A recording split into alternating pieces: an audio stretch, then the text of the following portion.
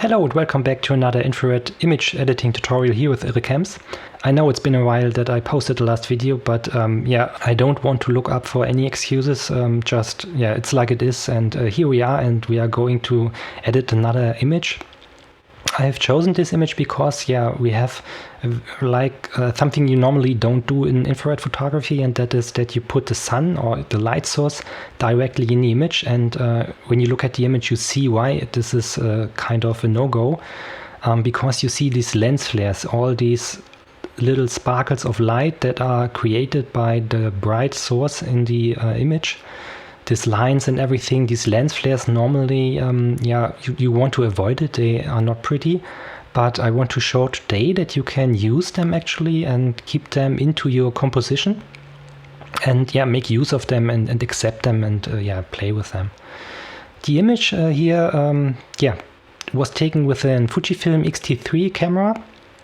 And the filter that was used was the InfraBlue filter, and as you can see we have yellow foliage and blue sky already here in the image without doing anything. This is out of camera raw, and let's see how we can make an appealing image out of it right after the intro.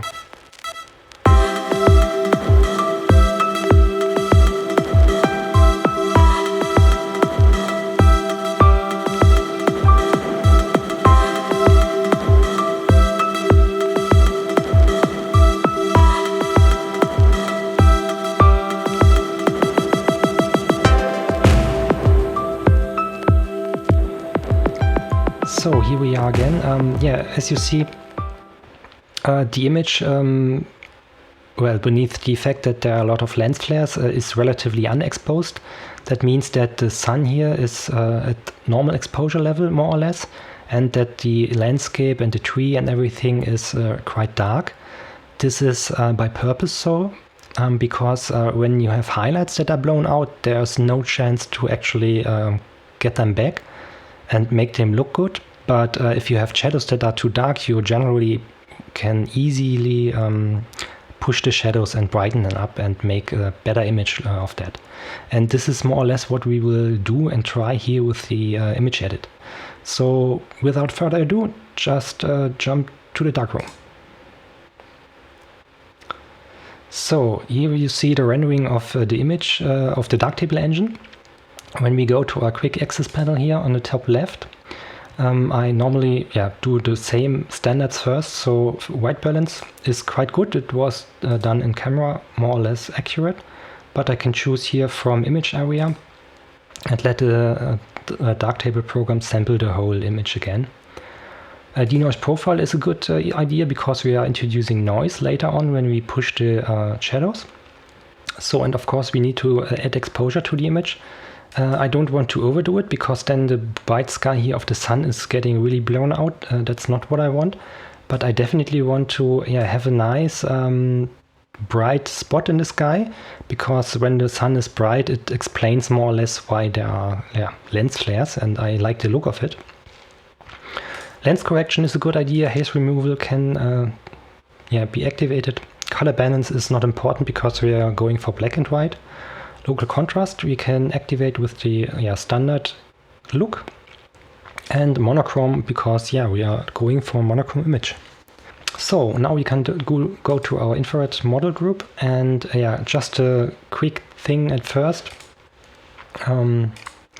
With the rotate and perspective module I want to correct this not even horizon, so just a little bit. After this getting out of our way, we are starting to deal with the shadows and brighten them up. As you can see, there's the tone equalizer, and when we activate it, we have a good control here with our mouse. We can hover over an area and then scroll up, and by doing so the image will get brighter. We lose a little bit of local contrast, so we have to be careful and not overdo it. I think more or less this is okay, and I can see I can show you when it's turned off. This is before, and when it's turned on, this is the after effect of this module. And it's not 100% where we want it to be, but it's a good start. And another tool that I use often for this is the graduated density module. With a right click we can put this line into the image, and by default everything above the line will be darkened. That's the density of 1 EV. But there's a trick you can do. You can use a negative value here, for example -1, and by doing so the module will brighten these parts under the line, so doing exactly the opposite thing, and this is what I wanted to achieve here. So next thing that I want to do is that I want to brighten the foliage up a little bit, and we can use the color zones module. When you activate it, you see that there's a yellow peak here with some pixels in a yellow hue and also some blue pixels. And in the lightness tab, that's default, we can just add exposure, add lightness to the part of the image that are yellow, so mainly the landscape and the tree you can see. But also you get lightness added to the sun, because the sun is also yellow in this image, and this is something that we don't want. And to avoid it, I can use a mask, a parametric mask. And let me just show the mask. By default, everything is selected. And when we manipulate the mask by this, you see that the highlights parts are spared out and are not affected by this image module. So turn off the preview of the mask, and you see that now we only have affected the yellows, so the parts of the foreground, the dark yellows, and not the bright yellows here. This is exactly what I wanted. Now I will duplicate, I make a new instance, a new module of color zones, because I want to deal with the sky also. The sky is blue, as you have seen previously. And we can pull the lightness here a little bit down, and you see that the sky is becoming darker, and you have a lot more contrast between the clouds and the sky, and this is definitely a better way to render the image. Maybe we can add a little bit more lightness to the yellow parts. Yep, that's good. When we zoom in, you can see that there's quite a little bit of noise. We can counter this by looking at the denoise profiled module. By default, it found a match for ISO 160. That was the base ISO that the image was shot with. And we can manually set it to like ISO 800. And this is because we increased the shadows, the lightness of the shadows, and by that it's like we have shot the shadows with ISO 800, and we can deal with the noise and get it a little lower by doing so. So there are two things left. First of all, I want to add a little bit more local contrast.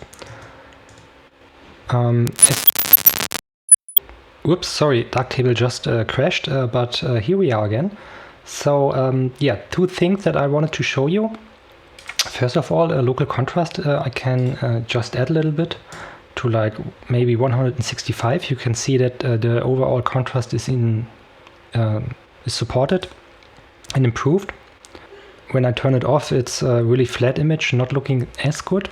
But when I turn it on, you can see that the highlights here are quite overblown too. And to counter that, we can just add another parametric mask, spare out the highlights, and have them only been applied, this effect, to the midtones and the shadows of the image. So, and the very last step, if you have watched another tutorial, you know what comes first, comes last, the RGB curve. I activate this box here for getting a linear fashion. First of all, I'm just putting one dot here, one control point, and then grabbing the curve, the histogram here where it's the most, and just push it a little bit up. You can see that we get a lot more of glow and brightness into the image. that is something that I'm more or less expecting from an infrared image. That's how I want personally them to look. So that's it. Let's have a look at the image in big. You can see that we have the sun here on the right side. It's not as good exposed as it was initially, but a little bit blown. This is by purpose. I want to have a big bright light source here on the right side. That is a good counterpart and a good counterweight for the lens flares and the tree and the landscape on the left side. So from a composition point of view, this makes a lot of sense. And as you can see, there's nothing wrong with having some lens flares into the image. This is a good composition, and it works actually, and this is what actually counts in the image and in the photography. That's it for today. I don't want to promise when there will be another tutorial, but I think at some time there will. If you haven't done so, just click the like button and make sure to follow the channel to don't miss another video. I hope you have learned something, and see you in the next time. Bye!